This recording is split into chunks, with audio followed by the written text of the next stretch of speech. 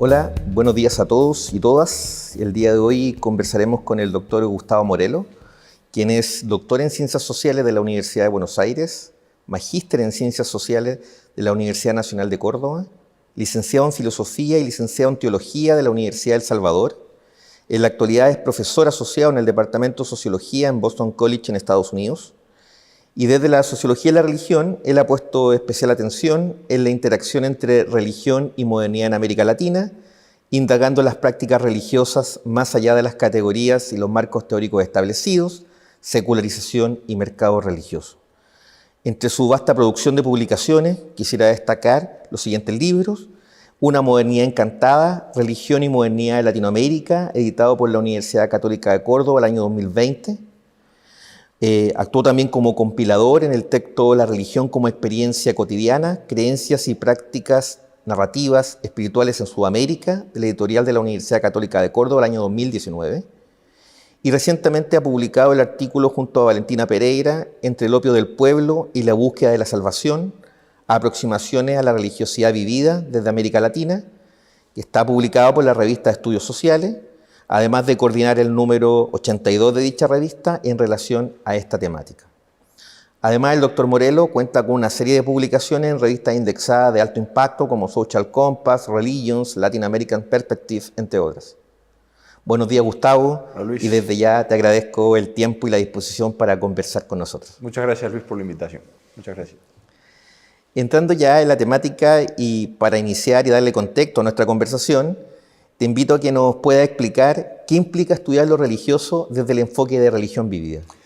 Mira, yo creo que ahí lo importante o la idea de hacerlo de religión vivida es estudiar las prácticas religiosas. Muchas veces la sociología, entiendo, se ha aproximado a lo religioso desde la presunción de que lo religioso es lo que las religiones dicen que es lo religioso. Entonces las religiones proscriben una serie de prácticas, ir al templo, hablar con el pastor, participar en la misa, y la sociología se ha enfocado en eso, cómo hace la gente para ir a la misa, cómo se relaciona con el pastor, qué hacen cuando van al templo. Y yo creo que se ha dejado de lado por mucho tiempo esto de qué hace la gente cuando hace religión, cuál es la práctica religiosa.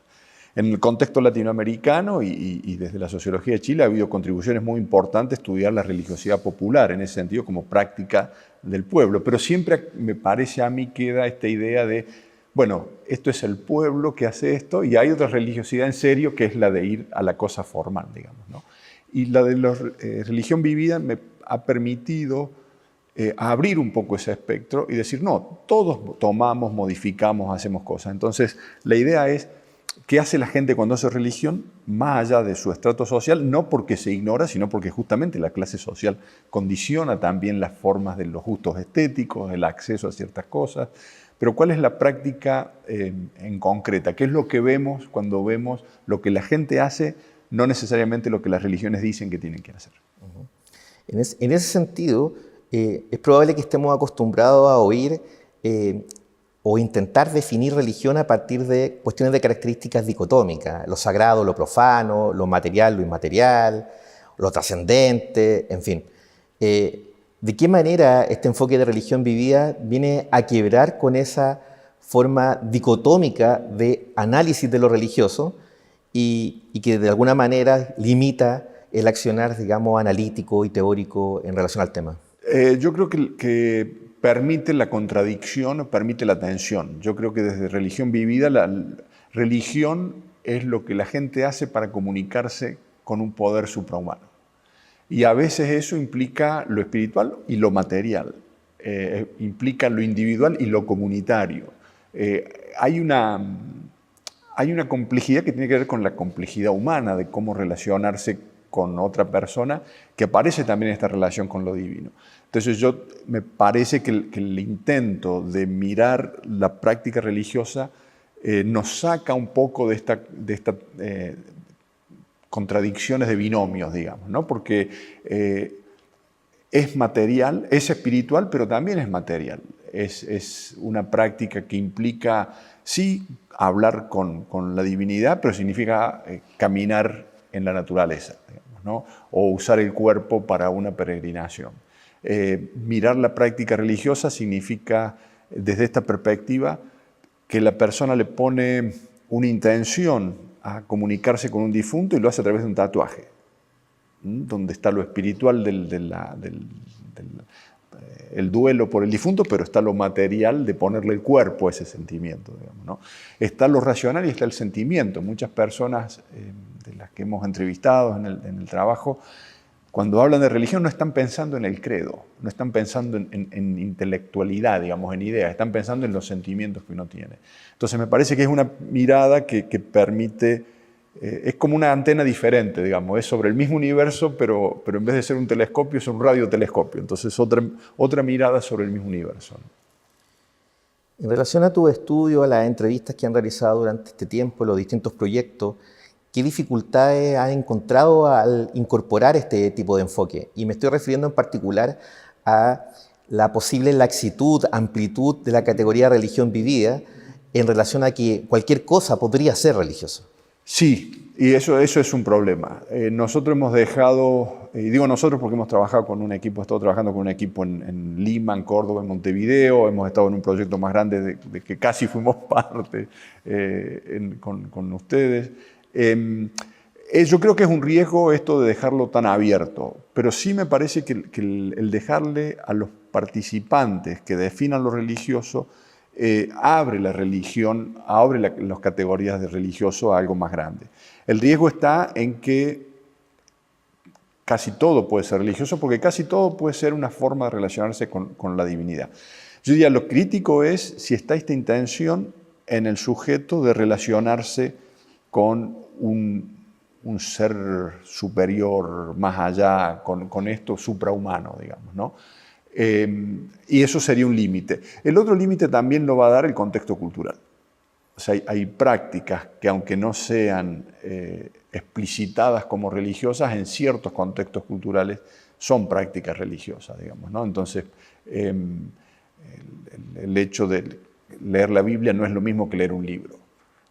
Y en nuestro contexto eso lo transforma en práctica religiosa. Digamos. No estoy diciendo que toda la gente que lea la Biblia lo lea religiosamente, hay gente que estudia la Biblia o lo lee por curiosidad, pero uno puede asumir que ahí hay una práctica religiosa. Pero si tú ves en el autobús o en el metro a alguien leyendo el teléfono, no puedes asumir que esa práctica es religiosa, pero una de esas está leyendo una aplicación que es religiosa. Entonces, uno necesita la participación, o la opinión, o hablar, el sentido que le da el participante, el que acciona, ¿no? Pero yo creo que sí es cierto que está ese riesgo que al final cualquier cosa puede ser religiosa, pero me parece que es un riesgo que vale la pena correr en el estado de la sociología en el que estamos, donde le hemos puesto demasiado énfasis a la definición que hacen tanto las religiones como los académicos de lo que es verdadera religión y lo que es no. Entonces, tal vez sea caótico ahora abrir ese espacio, pero me parece que va a permitir que haya prácticas que no estamos considerando religiosas hasta ahora y que parezcan, ¿no? Que parezcan en la consideración nuestra.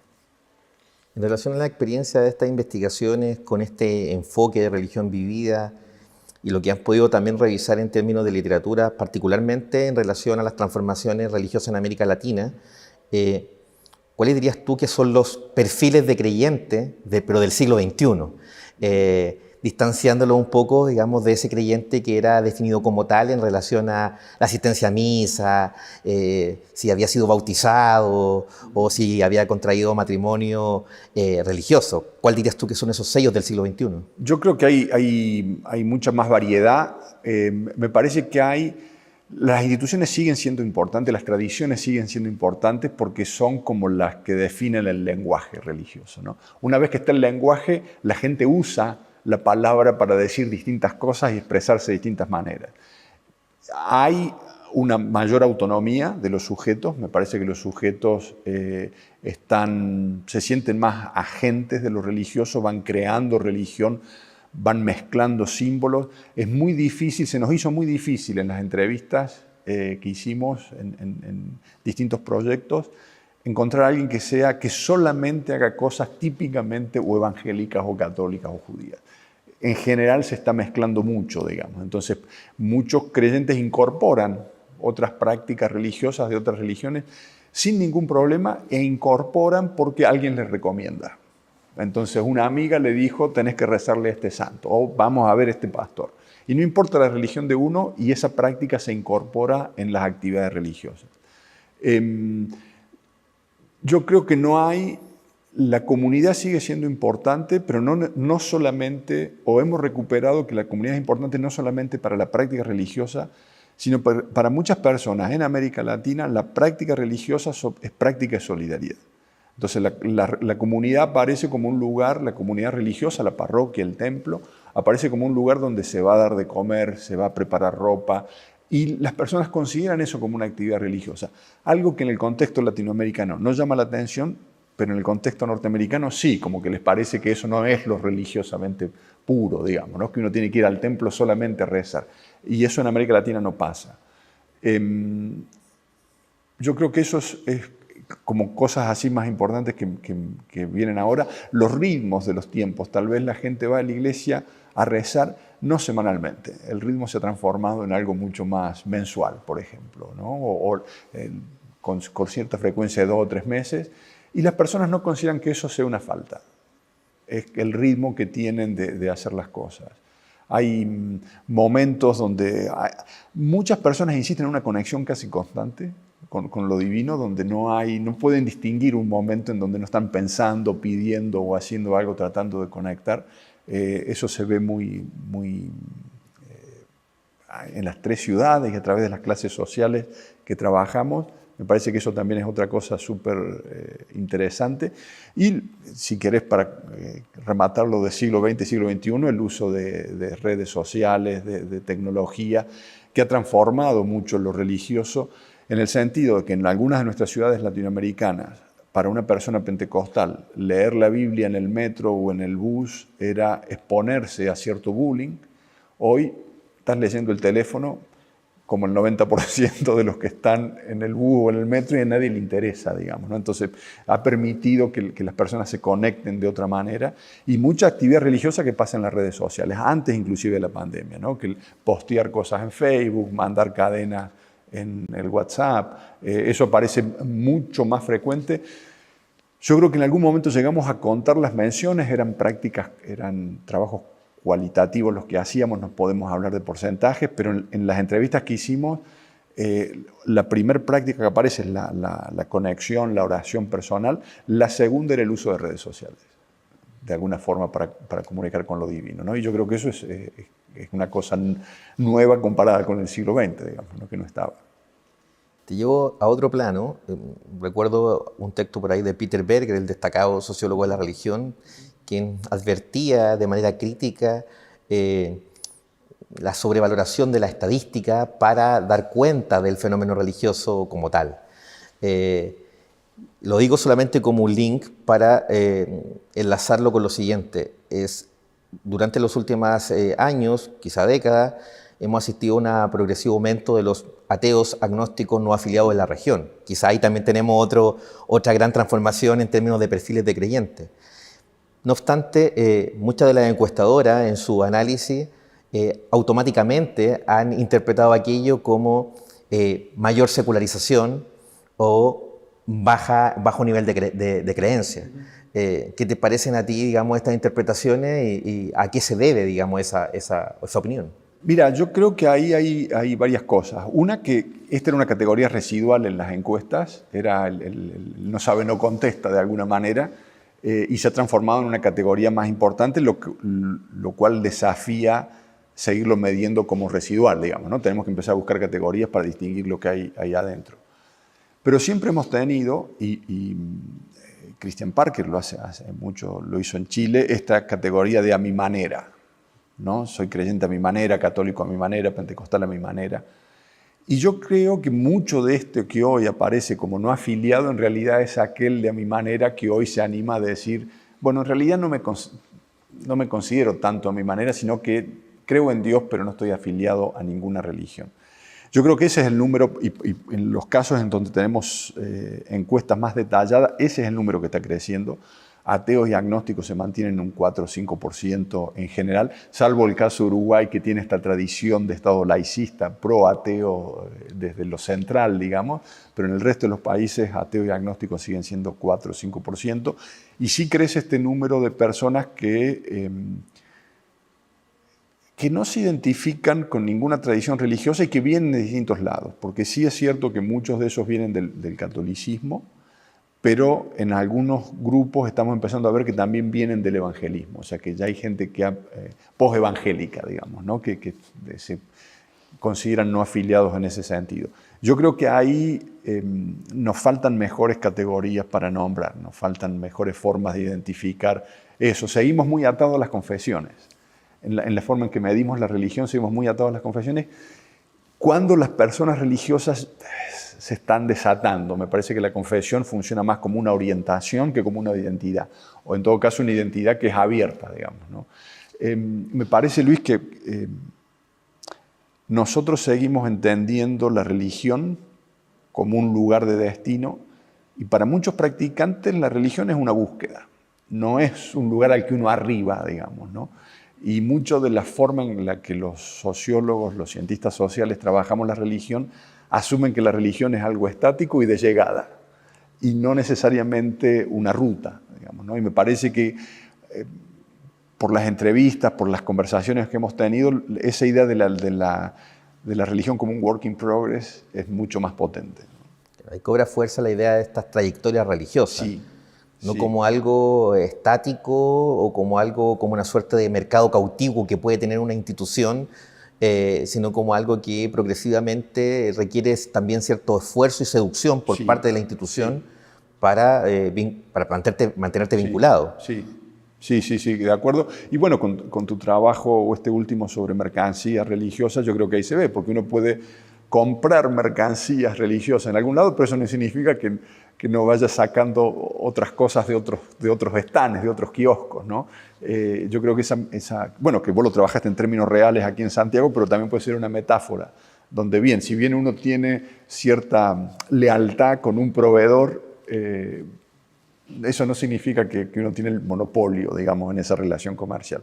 Y yo creo que eso aparece mucho, más, digamos, ¿no? Me parece que ahí no tenemos todavía las herramientas tan ajustadas para medir ese viaje. Fíjate que muchas veces hablamos de conversión, pero pensamos que pasó de A a B y se cerró ahí la historia, digamos, ¿no? Y no vemos esta otra trayectoria que por ahí me parece que está más presente en el creyente contemporáneo, ¿no?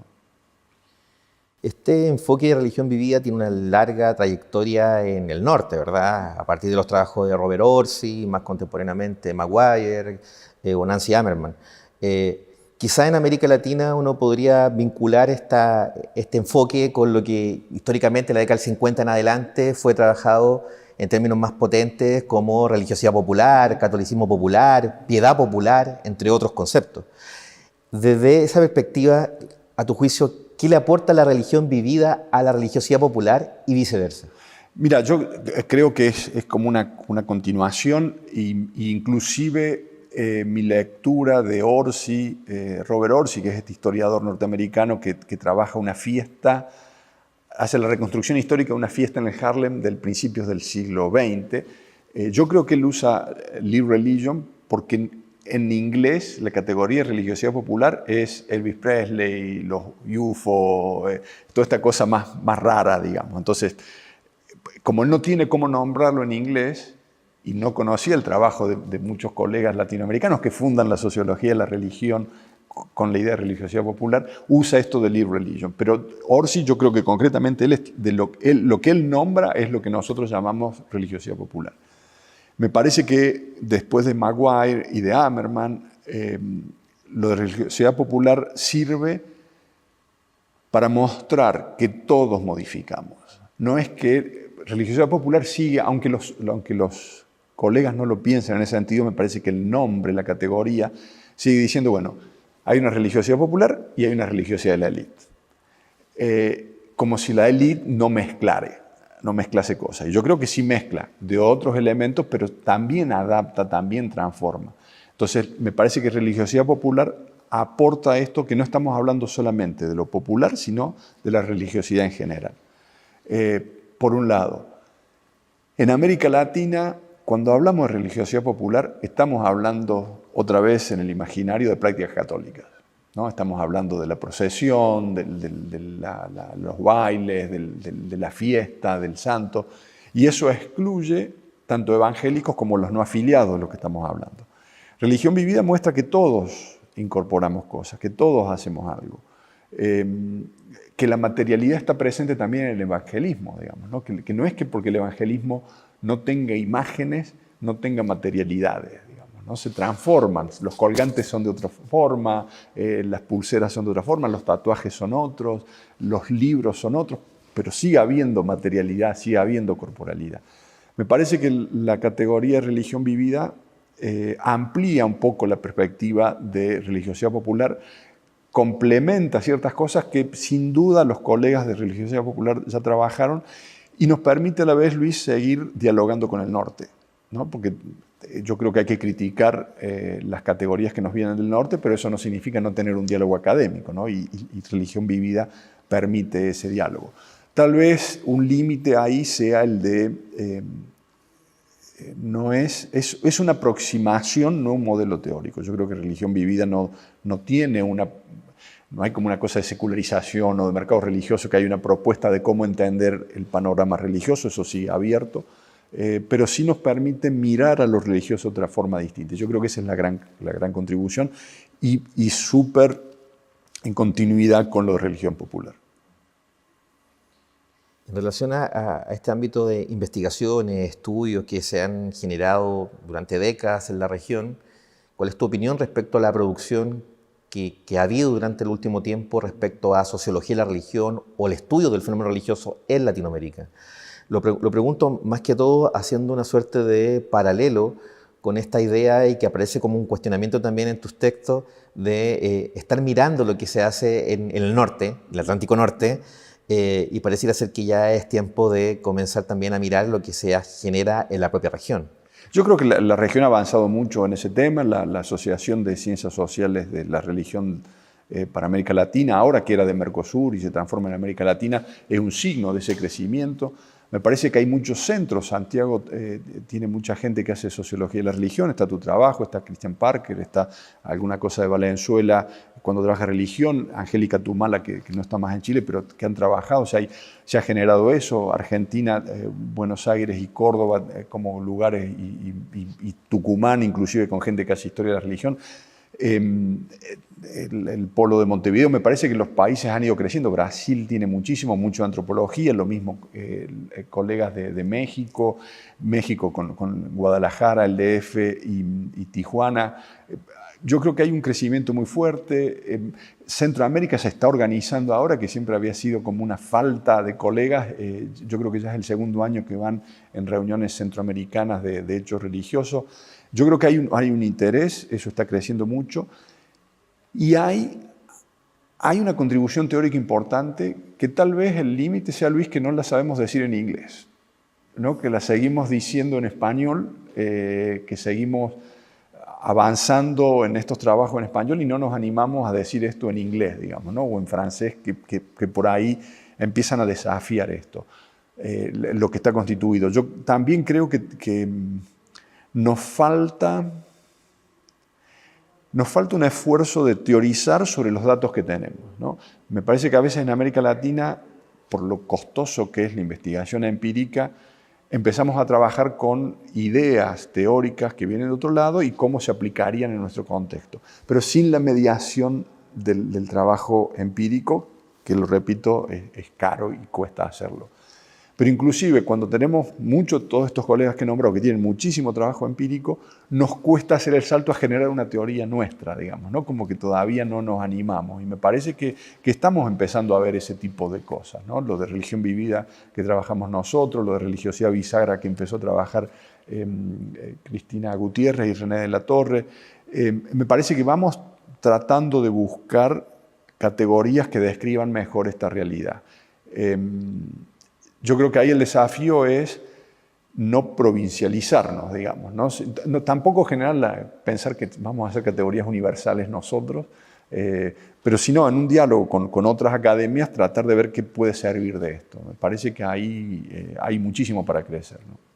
Lo preguntaba, digamos, y para colocar el énfasis, porque en general uno nuevamente sigue leyendo interpretaciones que juegan con las mismas categorías de hace 60, 70 años. O sea, ha habido, quizá ahí faltó un mayor esfuerzo, por ejemplo, para cuestionar la categoría de secularización, entendida desde América Latina, o la de modernización, o la de modernidad, o la de tradición. Entonces, desde esa perspectiva, ¿encuentras que hay algo que está emergiendo nuevo en relación a un cuestionamiento de estas categorías? Mira, yo ahí he trabajado la idea de modernidad encantada, que a mí me parece importante para criticar esta idea de secularización. Yo creo que secularización, sí, si uno sigue mirando, Santiago no es la ciudad que era en 1950, Chile no es el país que era en 1950, la familia no es lo mismo. Un tercio de las familias chilenas son monoparentales. 50% de los bebés nacidos en Chile en este año nacieron fuera de matrimonio, o sea, de parejas que no estaban casadas. Eso no tiene nada que ver con la estructura familiar de los 50. ¿Entonces significa que no hay familia? No. La familia ha cambiado. Hay otros intereses, hay otra forma de coordinar. ¿Por qué seguir pensando que la religión se va a practicar de la misma manera? Si ha cambiado la familia, si ha cambiado la forma de trabajar, si ha cambiado la forma de organizarse en Chile está en crisis. El modelo de sociedad chilena está en crisis y no se ha resuelto esa crisis. Entonces, ¿por qué pensar que con todos estos cambios sociales la religión tiene que seguir siendo lo mismo que era en 1950? Entonces, catolicismo, los sacramentos y la misa los domingos, digamos, ¿no? Yo no digo que eso no esté, que eso no sea importante, sino digo, la sociología estudia la parte humana de la religión. Si la vida humana cambia, me parece absurdo pensar que la parte humana de la religión se va a mantener igual. Entonces, ¿cómo hacemos para entender ese cambio? El problema es que no tenemos las categorías que captan ese cambio. Yo creo que todavía seguimos con los instrumentos viejos, digamos, ¿no? Es como tratar de seguir usando solamente el telescopio para mirar el universo.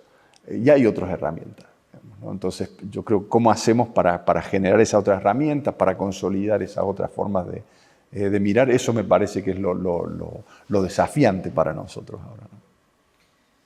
Tomando ese último aspecto, esta idea de esta sociología de la religión que aborda aspectos sensibles y relevantes de la vida de los sujetos, ¿a qué crees tú que se debe este suerte de, llamémoslo así, rechazo o cuestionamiento para generar sociología de la religión en nuestras universidades? O sea, no es que abunden ni la sociología de la religión, ni la antropología de las creencias. Existe en muchos espacios un cuestionamiento, digamos, pensando en que el Estado es laico y que por lo tanto la religión no tiene acá nada que hacer, o que no habría interés por parte de los estudiantes en relación a la temática. Hay un cuestionamiento permanente al estudio de lo religioso dentro del ámbito universitario. ¿A qué crees tú que se debe cuando hay evidencia demográfica, hay evidencia relacionada, digamos, a los vínculos de la religión con la política, con la economía, con el arte? Está ahí como fenómeno sociocultural, pero pareciera ser que es omitido. Yo creo que eso tiene que ver con la tradición de la academia latinoamericana. Me parece que en muchos lugares las universidades nuestras en América Latina se crean en el siglo XIX contestando, desafiando, independizándose del poder eclesiástico en América Latina, que era súper importante y que las primeras universidades latinoamericanas salen apañadas por la Iglesia. Son escuelas de filosofía, teología y derecho. Básicamente ahí empiezan todas las universidades latinoamericanas. Con la independencia y el modelo de la Ilustración, se quiere apartar al poder religioso de la academia y desgraciadamente, entiendo yo, se deja lo religioso en manos de los religiosos, digamos, ¿no? Entonces, si uno quería estudiar religión, bueno, vaya al seminario y estudia ahí. Pero la religión es algo más que lo teológico. La religión es esta parte humana de la práctica religiosa que la Universidad Pública Latinoamericana básicamente ha resignado, digamos, no lo hace. Recién ahora me parece que están empezando a armar centros, como el de ustedes aquí, el de Estudios Judaicos, CEIL en Argentina, pero no son tantos los que hay en las universidades públicas, que llama la atención cuando uno compara con Estados Unidos y Europa, donde lo religioso ha seguido siendo materia de estudio en la universidad pública. Aquí hay esfuerzos, yo estoy aquí ahora en Santiago porque la Universidad Alberto Hurtado está haciendo un esfuerzo como en trabajar, digamos, estas perspectivas, pero evidentemente los fondos de la universidad pública, los recursos de la universidad pública en América Latina son decisivos, digamos, ¿no? Entonces, en la medida en que no tengamos estos espacios para estudiar la religión, lo religioso, en los espacios de universidad pública, yo creo que por una mala concepción del laicismo, digamos, una concepción muy pequeña, muy minimalista del laicismo, se ha resignado ese espacio, digamos, ¿no? Pero yo creo que es una pérdida, yo creo que ha sido una pérdida importante. En términos de cuestionamiento, y llevándolo también a otro tema, hay un cuestionamiento claramente a todas las instituciones, desconfianza en la sociedad contemporánea.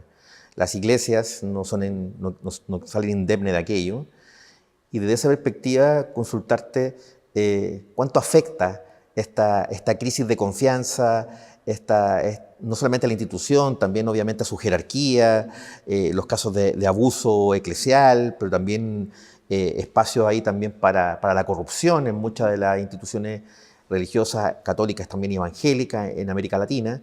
¿Cuánto de esto afecta la creencia del sujeto? Mira, yo creo que afecta sin ninguna duda, es parte de la desilusión o de la desprotección de los sujetos, de la incertidumbre que viven nuestras sociedades, porque no hay instituciones que estructuren, o las instituciones que estructuraban la vida social están desafiadas, están en crisis. La iglesia es parte de eso. Yo creo que esto de no afiliados, por ejemplo, tiene mucho que ver con eso. Nosotros en las entrevistas encontramos gente muy enojada con Dios y esos son los ateos. O sea, hay gente que que Dios los defraudó y no creen más. Pero encontramos mucha otra gente que sigue creyendo en Dios, pero tiene problemas institucionales, digamos, ¿no? Entonces, ese crecimiento de no afiliados que vemos en casi todos los países de América Latina, yo creo que tienen que ver con estas crisis de las instituciones. Pero me parece bien también el planteo que vos haces de que son crisis de las instituciones, no son solamente crisis de las iglesias, digamos, son de las iglesias y de los partidos políticos, son de las iglesias y de los medios de comunicación. O sea, hubo instituciones que marcaron nuestra vida en el siglo XX que se están sacudiendo por todos lados, digamos, ¿no? Me parece que no es casual que la crisis de la iglesia en Chile aparezca con la crisis de una élite que manejó Chile durante 200 años, digamos, ¿no?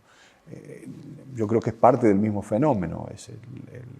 Hay una desconfianza, hay un sentimiento de traición de una élite que no supo acompañar o a cuidar a la gente, digamos, ¿no? Y eso está ahí presente.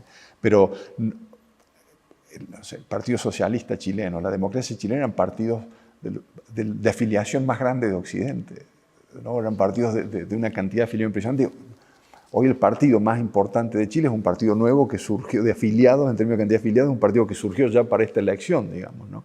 Y eso, por supuesto que eso afecta la forma en que organizamos las religiones también, digamos, ¿no? Yo creo que ahí es donde está el desafío de cómo esto que estamos viendo, cómo medirlo en otros lados, ¿no? Pero sin ninguna duda la crisis institucional, en concreto de las religiones, afecta la práctica religiosa y afecta la identificación. Entonces yo creo que esto de identificarme como creyente sin una iglesia, como creyente independiente, es una respuesta de las personas a esa crisis.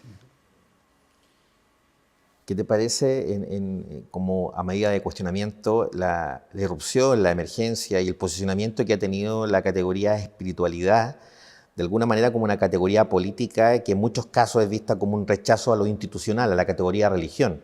Lo hemos visto por lo menos en el caso chileno como una categoría que logra cobrar fuerza vinculándose a la espiritualidad ancestral, indígena, pero también como una espiritualidad que mira hacia Oriente, particularmente en población joven y población con un nivel educacional medio o medio alto. ¿Qué te parece ese posicionamiento, ese nuevo lugar que ha tomado la categoría espiritualidad? Mira, yo creo que ahí mucha gente la usa personalmente y es como una categoría nativa que hay que prestarle atención. Me parece que hay muchos investigadores que la usan también. Yo creo que en realidad es una categoría moral. O sea, está bien ser espiritual, está mal ser religioso. Es cool ser espiritual y estar conectado con lo que sea. Si vos sos religioso, sos un poco momio, digamos, está mal.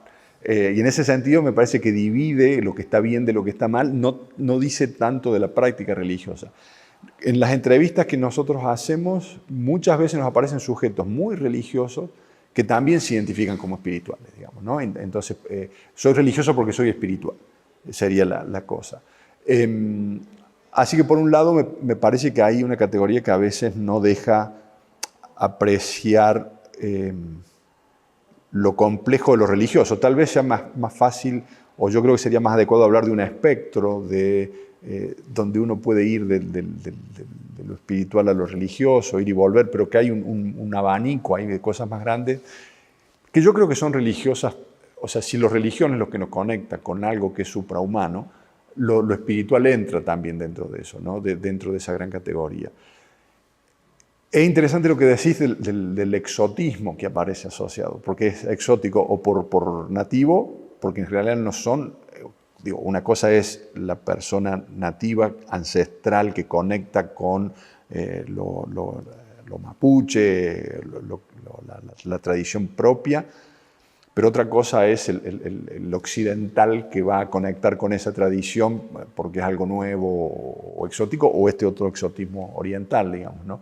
Pero en el fondo, otra vez, yo creo que es la búsqueda, ¿no? O sea, estamos buscando cosas y seguimos pensando que la gente llega cuando en realidad están transitando, están peregrinando, digamos, ¿no?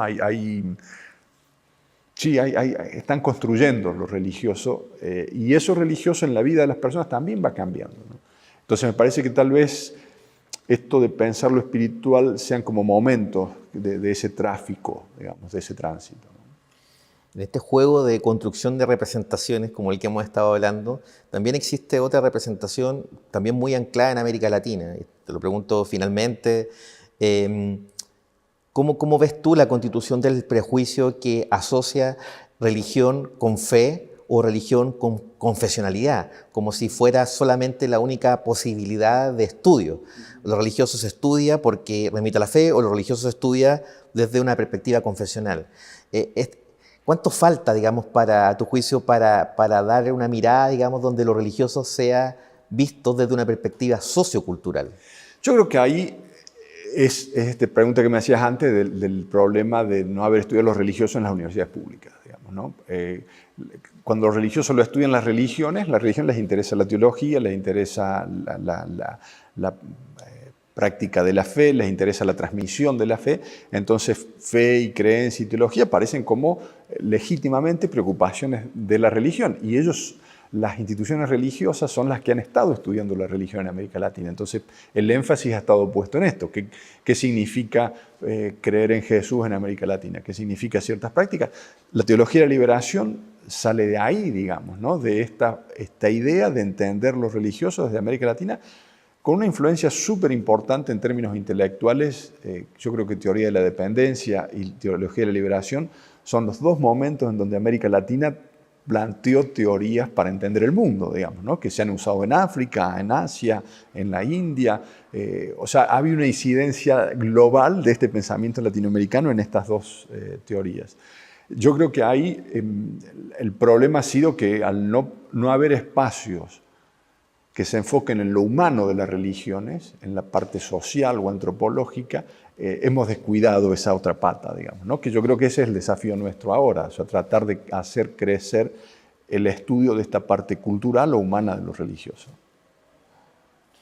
Bueno, Gustavo, a nombre del Centro de Estudios Judaicos y de la línea de investigación Religión, Pluralismo y Espacio Público en la Sociedad Contemporánea, te reiteramos los agradecimientos por participar de este espacio de diálogo y esperamos poder encontrarnos también en otro lugar.